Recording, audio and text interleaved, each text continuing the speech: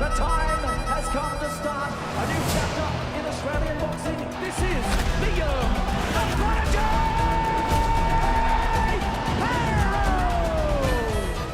Here with Liam Paro at the PBR, the Caboolture Invitational. I reckon you'd make a living here as a bull rider, mate. Look, mate, if it wasn't boxing, I'd like to think I'd be doing this. Yeah, it's a hell of a sport, and a set of kahunas on these guys next level. I reckon you got a fair set yourself, mate. You've got the big fight coming up Thursday, September 18, against David Papot. World title eliminator. You're back on the world scene. How are you feeling?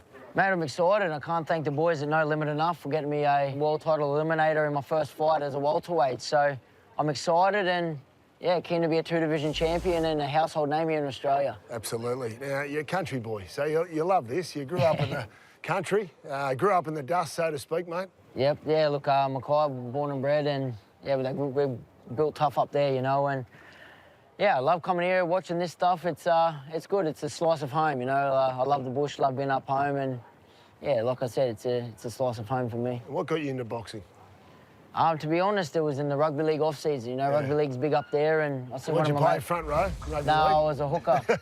So I loved the defence, liked to get rough and tackle, so, yeah, mixed over well into boxing. But it was one of my mates up there that was boxing in the off-season and doing his hand wraps in the street. I asked what he was doing, young and curious, and went along and fell in love with the sport there and then. I just love the competitiveness of it, and, yeah, I haven't looked back. And when did you think, I can make it? I can make it as a fighter?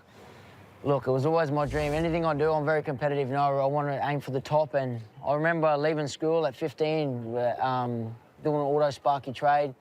My dad, you know, that's what he's saying, get a trade, leave school early and work. And I remember... Knock bikes out on the weekend. Yeah, look, and it was my second year as an apprentice. And I told Dad, look, I think I'm going to throw this in and chase boxing. And a lot of people called me crazy. And they said, what's your plan B? And, you know, there was no plan B. I had one plan A, and I had to make it work. Nothing good in life comes easy, you know. I've had to work my ass off to get here, and it's, yeah, I wouldn't change it. Yeah, mate, I wouldn't say you burst on the scene, but you certainly reached the Australian public when you knocked out Brock Jarvis. They're going, geez, who the hell's this Liam Paro? Yeah, look, it was a big win. You know, he was trained by the greatest Australian boxer ever in Jeff Fennick, so... It was a battle of not just us fighters, but the coaches too. And we got the upper hand, got the hand raised, and we had a good preparation. We've been saying that for, you know, we've always been overlooked. We just keep showing our skill, and in that fight, we thought what a beautiful way to explode onto the Australian scene and world scene. And, yeah, I think it lasted a minute and a half, so we don't get paid overtime here, so... Shit, no, mate, it's like these boys, you just got to make 8 seconds, that's all it is. That's right. And Montana Love, then you went on, you just kept climbing the ladder. Yeah, that's right, you know, and... You look at the fights and the calibre of the opponents, we're always the B-side. Everywhere we went, we're always fighting abroad. Didn't have the opportunity to fight here and build the fans at the start of my career like that, but... And do you feel like the underdog when you walk out there? Oh, 100%, especially when going forward again to Matthias when I won the IBF World title. The Puerto Ricans, proud people. It was a beautiful place, but you could hear a pin drop when we were walking out there. It was... Even the comments on social media was telling me the morgue's around the corner from the arena, so it was packed 10,000. But that's what makes the chapter better, you know, when it's all said and done, is fighting abroad. That's all, like I keep saying, better chapters in the book. So I'm keen to keep writing that. But now to be able to do it in Australia really means the most to me. I'm a proud Aussie. I want to become a household name here. That's what I really want. Absolutely. How does it feel to be a world champion? It's still... It's indescribable, you know. This is what you aim for as a young kid. That's what my desires were. I remember for the first few months of boxing, I parked my ass on the bench up in Farley out there, and I told my mum, I'm going to be a world champion one day.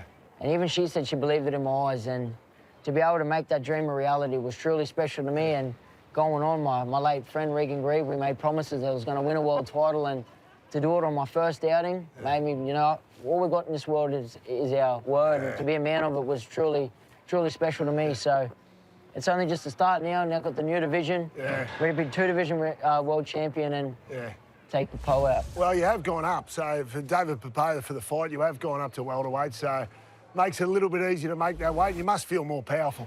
A lot more powerful, a lot more energy, everything. You know, we're firing in the gym. You ask my coach. Sparring partners have been definitely feeling it now, but you know, I'm not 18 now, I'm 29. Getting my man strength about me, and it was time to go up. So get a bit more longevity in my career, and like I said, chase down become a multiple world champion, division world champion. So you beat Navarro in Cairns a couple of months ago, but now the home in Brisbane, Pat Rafter Arena, the home of tennis, but it's going to be the home of boxing on September 18. 100%, and I'm expecting to bring fireworks for that night. Big statement.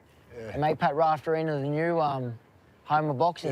Might have to name it Liam Paro Arena after September 18. Yeah, no worries. And the crowd will be on your side. Unlike the Puerto Ricans, the crowd will be on your side this time. 100%. I felt the love in Cairns and the homecoming, and, man, I just want to keep putting on big shows, bringing big fights here for Australia, for all the fans. You know, we're big boxing and sporting fans in general, and we miss out on a lot. So to be able to bring the fights here is unreal. So I'm just going to take the opportunity with both hands and keep performing. And it is an amazing division. The welterweight division, you've moved into the blue ribbon division in the world. So there's plenty of other fighters to take on.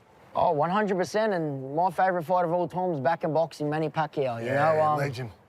Look, he's back. I got asked the other day who would be anyone in history I'd rather to share the ring with, and it's him. So, look, I've got Papot to take care of first. We don't look past no one. We're tunnel vision. Target's locked on his head. Got to make a dominating performance, make my presence known here. Yeah. And, look, they're there. There's not only Pacquiao, there's Ryan Garcia, there's Rolly Romero, there's Haney. The list is endless. So, yeah, it's time to chase a belt, and plan is to unify. That's it. But one fight at a time. One fight at a time. Well, I'm thinking ahead for you, mate. David Papot, and then maybe the great Manny Pacquiao back on these shores. That'd be pretty amazing. Well, tell you what, mate.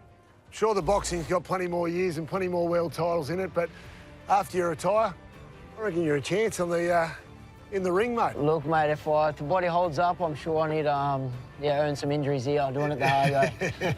Sure, yeah. All the best. Thanks, mate. September 18, Liam. Thank you very much. Cheers, Brownie. Thank you.